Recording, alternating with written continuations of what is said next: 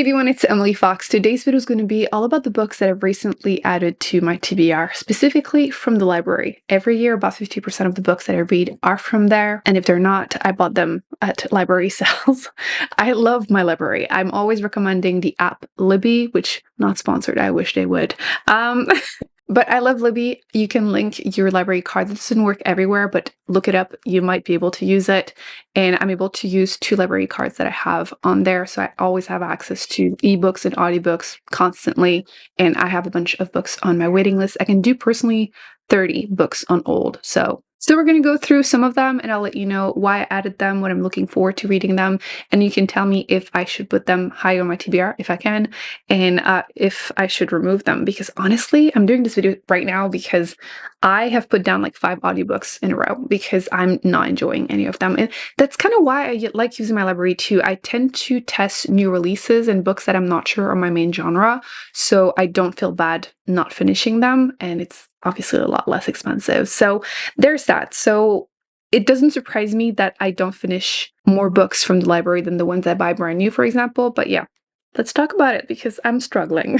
I'm going to go through them just in order that they're appearing on my screen. So like the ones I could read right now and then the ones in like a few months, depending on the waiting list. But let me know if you prefer when I put them into categories. I feel like flip-flopping is fun. So currently I'm listening to The Ministry of Time, and I think I'm going to DNF it because I don't like it. It started good, time travel kind of thing, but it's very character driven and nothing has happened basically in like 50% of the book, so not going well. So we're getting towards fall. I feel like fall has been appearing very early online, as it does apparently. So I did have a lot of mystery thrillers that I've recently been adding to my waiting list, so you can tell me which ones are worth it. But recently I got All the Colors of the Dark, which I wanted to read, and I put the ebook and audiobook because I didn't know which one would come faster, and I could be able to actually to read the ebook like now if I wanted to, so I might do that. I'm planning on doing a reading blog every month for the next 3 months about mystery thriller horror books because I'm desperately trying to find like one favorite, okay, before the end of the year. So I tried a different method, and like some of them are like recent releases, and that's why I want to use my library for those because again, I have not been lucky. Anybody else? Like, is it me that is like too picky, that just only like very specific things in mystery thrillers? I feel like I grew up only reading like crime novels basically because that's what my parents had. But maybe the new releases just suck because, like, why is everyone obsessed with Frida McFadden? It's not good. It's not. Anyway, Small Town Disappearance, Serial Killer, new release. I feel that's usually a combo that I'm like, okay, maybe. But then I realized I have read something else by him, We Begin at the End, which for some reason I could not tell you what it is about. I feel like it was kind of similar to that. But sometimes mystery thrillers, they just don't stick. I feel like most other books I can tell you exactly what I read and that specific genre. But I did remember enjoying this one, so that's why I added that one. So I was like, why did I pick this one? Now I know.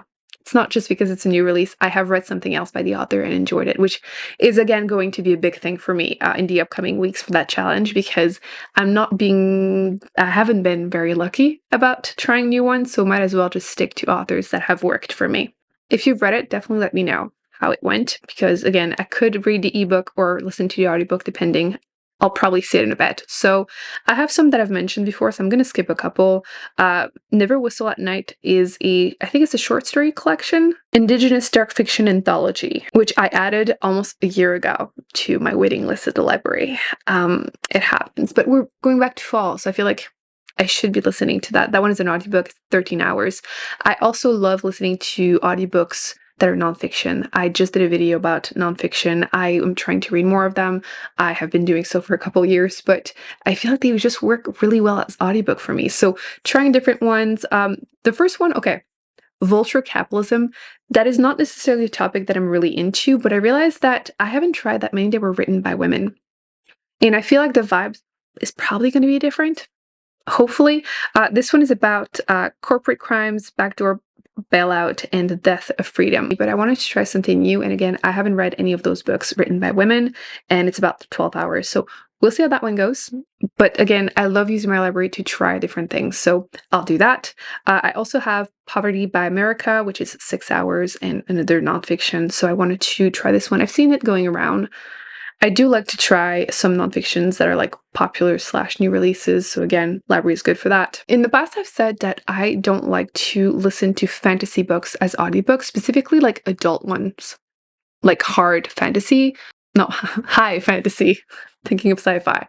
So yeah, in general, I find them a little confusing, but then I saw that they had a bunch of new releases that I was intrigued by, and the waiting list for the audiobook is so much shorter. So I wanted to give that a second shot. So I have a couple on this list, and if it doesn't go well, I'll put my name for the ebook, or if it sounded interesting, I'll get the physical book. So the first one in that category is Ink Blood Sister Scribe. And it's a debut novel, and it's about two estranged half-sisters that are tasked in guarding their family library, so magical books. This is a trope that I personally really like, so I decided that I really wanted to read that. And again, my library had the audiobook, so I'm going to try it that way. But witches in general is a topic that I really like. I find that I like the ones in like high fantasy setting a lot better, but I'm still always looking for just witches in general. Again, fall. I should be listening to that one. How long is it? They're telling me 2 weeks. So we'll see. It's 14 hours, which is pretty typical too.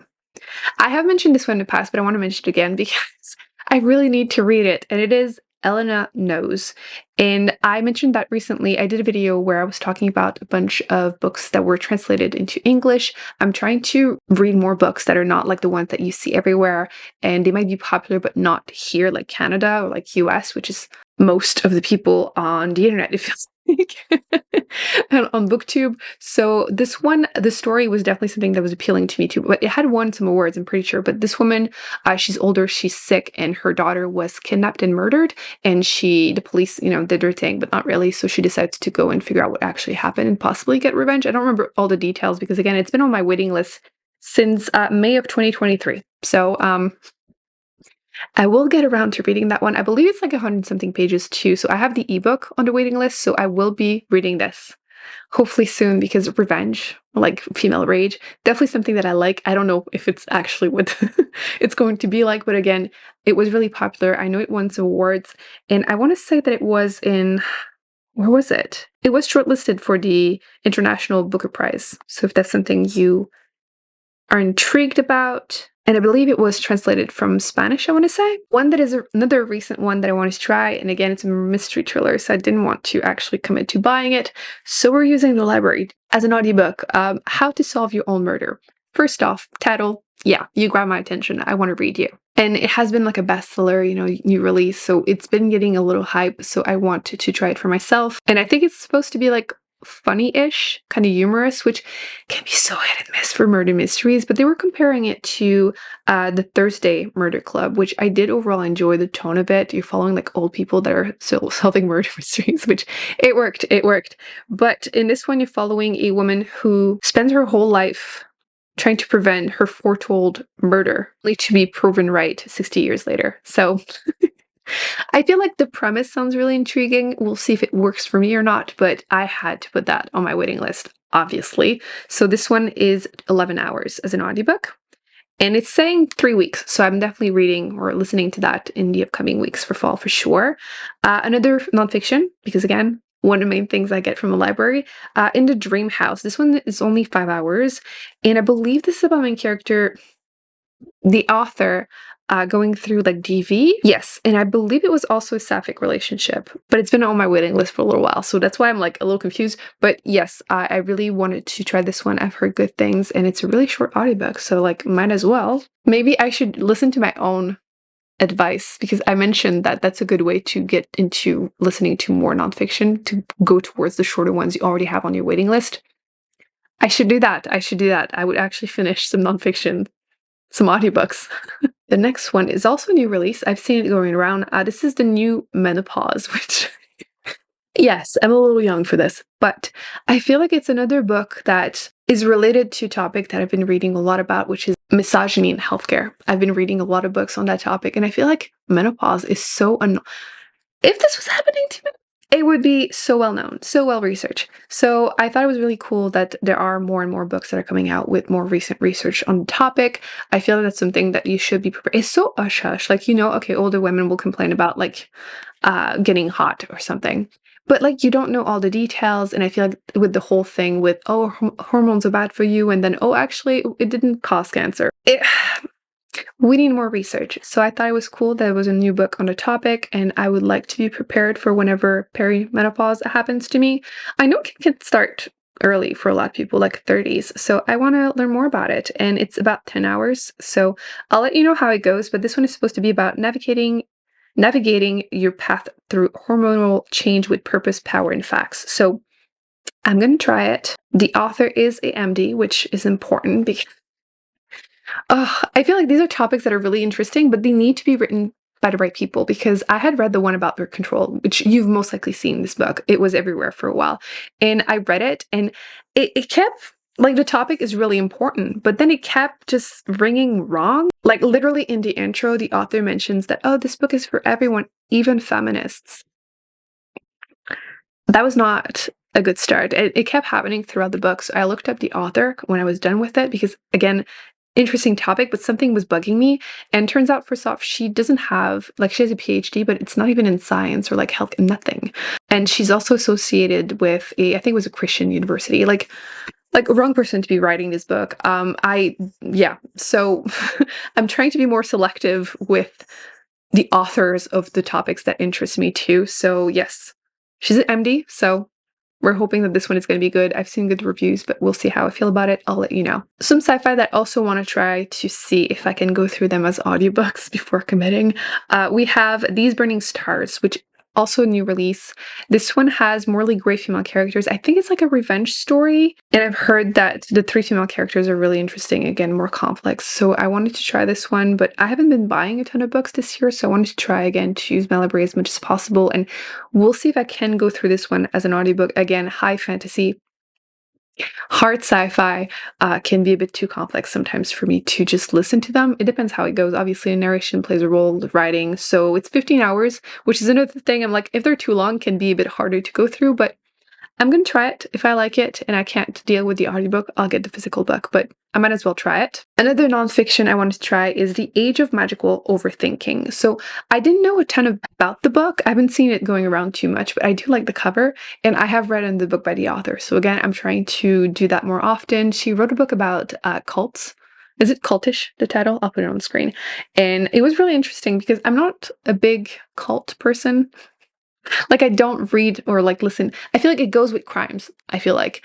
But she didn't do like cults. She was talking about like MLMs and like yoga retreats and like that kind of stuff. So I do think that her book was really interesting and I wanted to try her newest release. And who doesn't overthink? So I'm curious to see what she's going to write about the topic in general. So I don't know too much, but I just wanted to try more by her. And it's 6 hours. So again, a shorter audiobook for nonfiction, which I'm in need of right now, and it's saying 5 weeks, so I could listen to that before the end of the year if you want me to. Another nonfiction book, but specifically, I said how I like to try different topics as audiobooks, nonfiction from library, and once I have done that, sometimes I realize, oh, that topic I find interesting and I want to go more in depth. So recently I read this one about microbes, and it's microbes in general, but I really enjoyed the section about microbiome, and I feel like everyone has been losing it over microbiome. So it's not just me, but it's okay. I saw Fiber Fueled. It's about gut health. And I don't know if I will enjoy it or not. Don't take my recommendation. It's not a recommendation yet. But I thought I could read more about the topic. I had seen some like little documentaries. I was a little traumatized by some of them. But I wanted to try more, so might as well get it from the library. We'll see how that goes. 7 hours. And it's written by MD. And you know how I just mentioned the author that wrote the microbe book? Well, I put a different book by the same author on my waiting list, and it is An Immense World. How Animal Senses Reveal the Hidden Realms Around Us. Okay, real talk.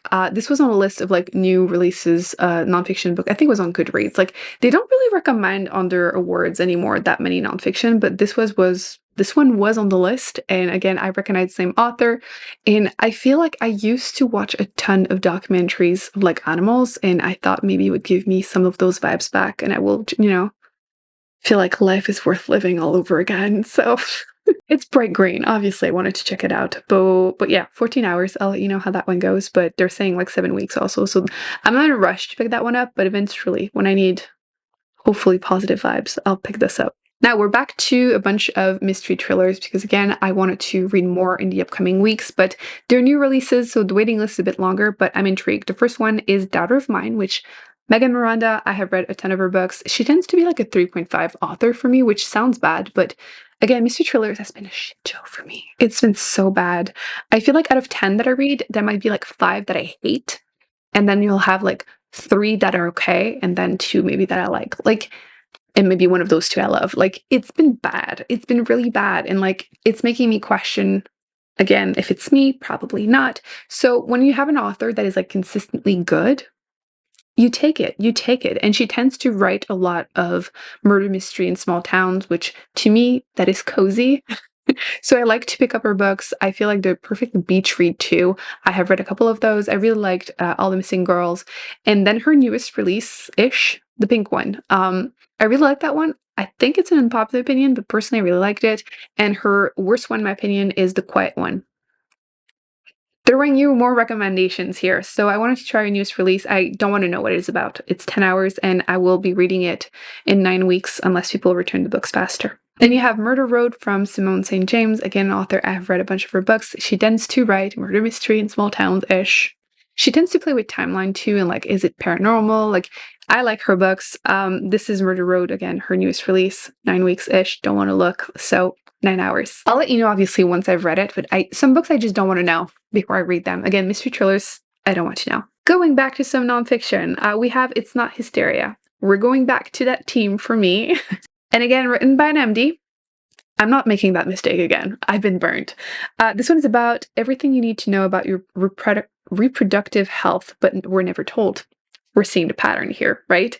So I don't know anything else by it. I don't even know if it had great reviews or if there are any reviews out there, but I want to try more on that topic because it's important. Like, didn't we learn recently that like they weren't even using blood for testing like tampons and pads? Like nothing surprises me anymore, but like I'm tired. So I'm reading more books on the topic. Next, we have a thriller. I have a bunch of mystery, but not that many thrillers. So this is First Lie Wins, which I believe this one, they're saying 12 weeks. So I don't know. It'll depend. Sometimes people return the books or they get more copies. So it's fine. This one, I believe the main character lies about her identity, but that's all I remember about it. And again, it's a new release. That's why I wanted to try it. Next, we have Six Crimson Cranes, which I saw on a list of recommendations for more fantasy. And I wanted to, again, try to see if audiobooks will work for me. All I saw was that there was magic and I wanted to try it. So let me know if you've read it. Going back to more nonfiction, we have When the Body Says No, The Cost of Hidden Stress, which I feel like we've been hearing more and more how stress is awful for us, inflammation, blah, blah, blah. And I've seen interviews with the author, so I wanted to try something by him. So I decided to try this one. I think it's his newest release, so we'll let you know. And then associated with that, we have The Anxious Generation, How the Great Rewiring of Childhood is causing an epidemic of mental illness, which I think is an interesting topic. Once again, 11 hours. But I don't know about you, but I feel like every time my doctor said that I had anxiety, I had an actual disease, and the anxiety symptoms were a symptom of said disease. But that's a different topic. And then we have Outlive, The Science and Art of Longevity, again written by an MD. As you can see, a ton of nonfiction because I feel like I didn't read a ton for the first half of the year and I want to get back into it. A lot of new releases. Again, I like to use my library for that, and a ton of mystery thrillers because we're going towards fall, and some fantasy because I'm trying to get back to fantasy. I am going back to fantasy. I've been reading more and more, but I want to make sure that I read more, and I wanted to try to see if I can make the audiobooks work. Maybe it's a coincidence because I do feel like a lot of the fantasy and sci-fi that I listened to as audiobooks I didn't end up enjoying, but like maybe it's just coincidence. It's not due to the audiobook. So it's hard to tell sometimes. I feel like the audiobooks sometimes can make your experience so much better. Like memoirs, I feel like specifically, I don't read a ton of those, but like it's especially good when the author narrates it. But we'll see. Claudia. It's really hard to focus when she's screaming at the door. But when I open the door, she destroys everything. Last minute addition, just after filming this video, you guys recommended this nonfiction called Ultra Processed People, which is about food once again. And then I also added 2 more cozy fantasy about witches. If you have more recommendations, definitely let me know. So that's it. These are the books that I've been adding to my TBR in the last couple of weeks. I feel like I've finally rotated to most of the ones that were already on there. I've been switching things up. I would love to know if you've read any of those, which ones I should prioritize, or which ones you want a review of ASAP. And if you have any other suggestions of books I should add to my TBR, whether library or not, let me know, because I'm finally going back to buying books too. I feel like the first half of the year was so focused on decluttering, and I'm finally going back to library sales and used bookstores. I just filmed a book haul video and I was pretty happy with the books I found. So we'll see how it goes. But yes, that's it. These are the books that I have recently added to my TBR from the library. I'll put more videos on the screen that I recommend you check out, including the one I was mentioning about nonfiction books, and my last vlog where I cut my hair, which I don't know if you've noticed, it's shorter. You can't really tell, but I mean, you can tell it has more volume because it was getting so long and heavy. So if you want to see me late at night cutting my hair in my bathroom, and I will see you in my next one. Bye.